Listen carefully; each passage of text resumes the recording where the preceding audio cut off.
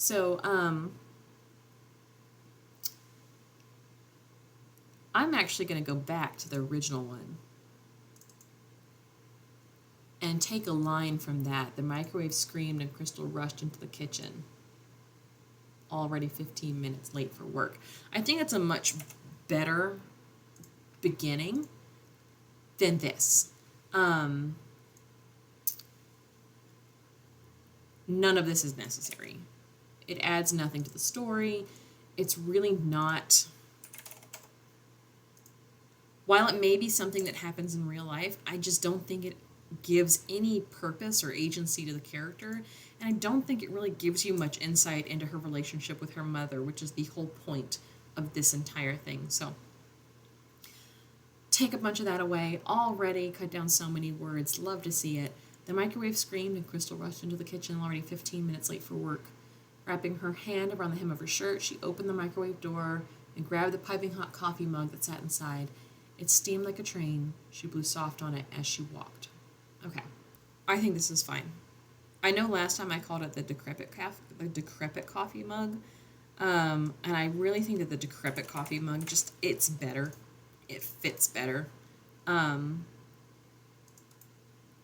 It gives more illustration to the story itself, and it just gives a much more insightful approach to what Crystal is doing and her life as she's leading it. So the particle floorboards popped under her feet in the living room. She made enough noise to stir her mother, a 35-year-old woman who looked 85 in the early Kentucky morning. So we changed that a little bit, and I will show you why later on, because the dialogue makes her age important. "Mama," Crystal murmured in her southern drawl, grabbing a piece of paper off the side table tray. She glanced for Mama's signature at the bottom of the beauty school shadow permission slip. Blank. So I do feel like this is more powerful than the other one. I liked the other one because it felt like Crystal was sneaking around a little more, that she still cares about how her mother looks at her and still cares about what her mother thinks about her, but she's still trying to get her way. So Mama made a snort. "What?" "Made you some coffee." "Oh, thank you, baby," Mama slurred. "When we get coffee?" "It's from work last night." "Or did you put all your tips in the jar?" So in this one, we have changed that Crystal was working as a waitress, and I changed that as a way to explain how and why she was able to earn money without her mom knowing. Given that we took away that beginning part, I don't like it. So I'm going to actually go back and add this in, because I think it makes more of an impact that way.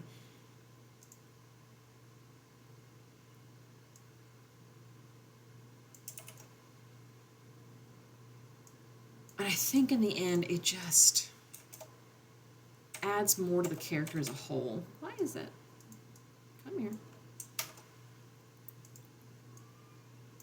Why is that formatting so off? Thank you. Wow. Whew, okay, so just blend it in. Times New Roman. Line spacing. Don't need that. Do need first line. Don't add space between paragraphs of the same style. Oh, that did not work. And then double line spacing. There we go. Now it all blends together, except this formatting's off again. Always pay attention to your formatting, kids. You don't want it to look sloppy.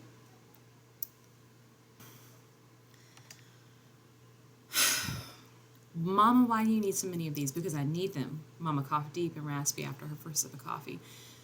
"I don't think they're helping. You barely get around without me. What are you going to do when I'm gone for good one day?" "Where are you going?" Mama demanded. "Nowhere yet." Crystal stepped back, her face flushing. We don't need the word hotly. "Well, that's right, you ain't. 'Cause you're my baby. Babies need their mama." "But Mama..." "Crystal, I'm tired. Can you turn the TV on?" "Not now, Mama," Crystal begged, pressing her palms together and shaking her praying hands at Mama. Now this was an addition I put in after I got some feedback that someone thought Crystal didn't fight hard enough, and when I think back on that feedback, I think to myself, that person doesn't understand the thought process that goes through the mind of someone like Crystal, who is trying to be non-confrontational, who wants her mother's approval and help, but isn't getting it. So I think I can just take out this whole couple of whatever. So, not now, Mama.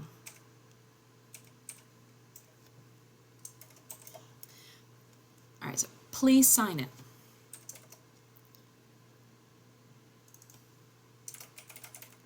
Crystal shoved the paper at Mama, knocking pill bottles off the table. Why should I? Mama said. Because you're my mother. Crystal's eyes stung. Her eyes stung, but she blinked back the angry tears. Mama slipped down her chair, looking smaller. I'm tired, baby girl. We can talk about it later.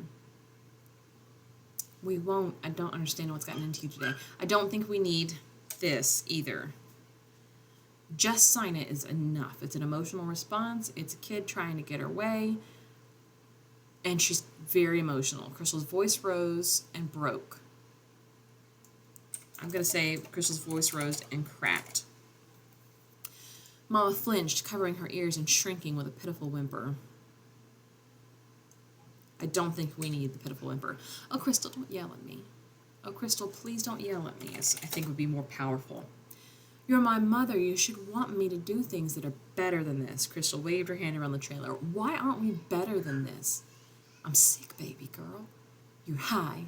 Tears brimmed in Crystal's eyes. Crystal, I've taken care of you for years. Take care of me this once. She shoved the paper again. You're too young, Mama says. I ain't. You're too immature. At my age, you were getting ready to have a baby. So this comes back into play with why I changed Mama's age to 35. It's because if we do the math, she was 17 when she had Crystal. So Mama says, so you should trust I know what I'm talking about. Mama glared as though that settled things. Then her eyes softened and she held out her hands. Crystal, you're my baby. Babies need their mama. Babies need their mamas. Crystal stepped back. I don't think we need any of this. Mamas don't hurt their babies. And I also don't think we need Mama trying to call Crystal back. It's unnecessary. I don't think it adds that much emotion. It's just another line to read of Mama kind of being terrible. So Crystal marched out the door into the old gravel driveway, and we don't need old. Gravel driveway's fine. The crunch of pebbled rocks gripping under her feet until she opened the car door and threw her. Until she opened the car door, we got rid of the backpack, so we don't need that. She slammed the door behind herself, sitting in the front seat, gritting her teeth, glaring back at the trailer. I don't think we need glaring back at the trailer. Just gritting her teeth is fine. Again, she mocks Mama. Where are you going? She mocked Mama's voice, sending a shudder through her body. And then she remembers it like she did before. She makes the coffee comment.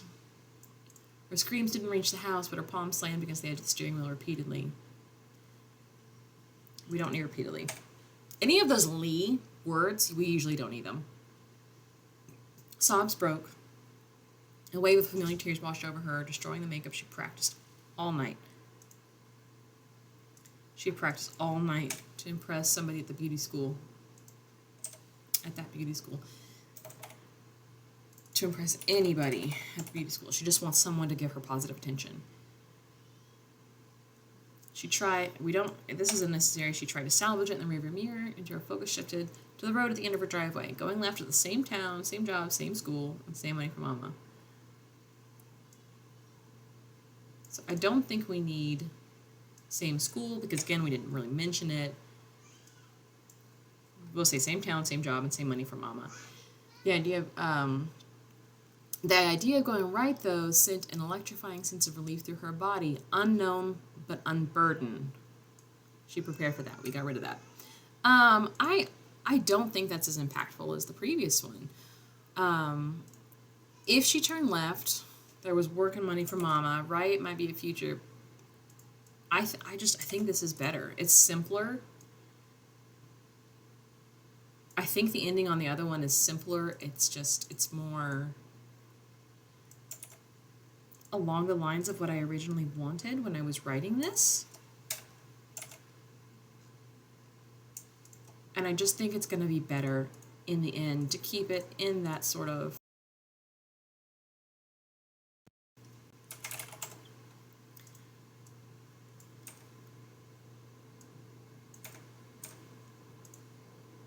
And now we are down to 744 words. So I think in the end, mixing the two kind of works. If I'm being perfectly honest, I like the first one better. I think it's simpler. I think it is just a little more emotional without being heavy-handed.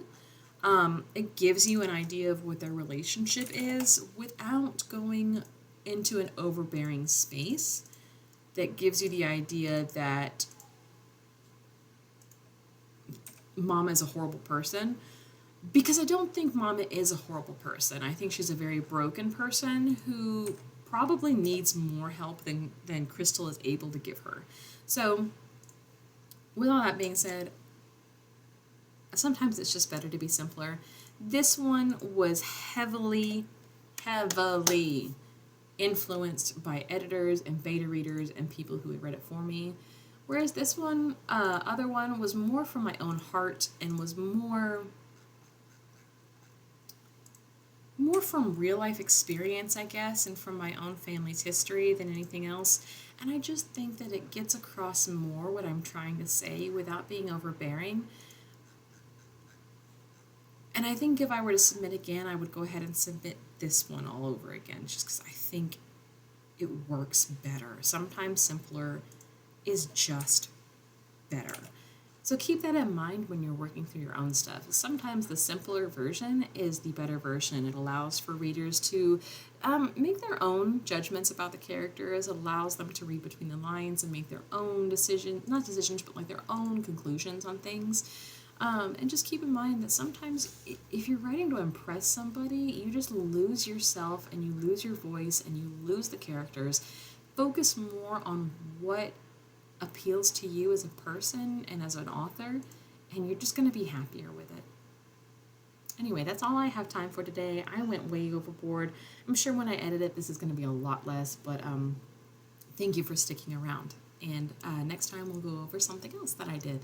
Bye.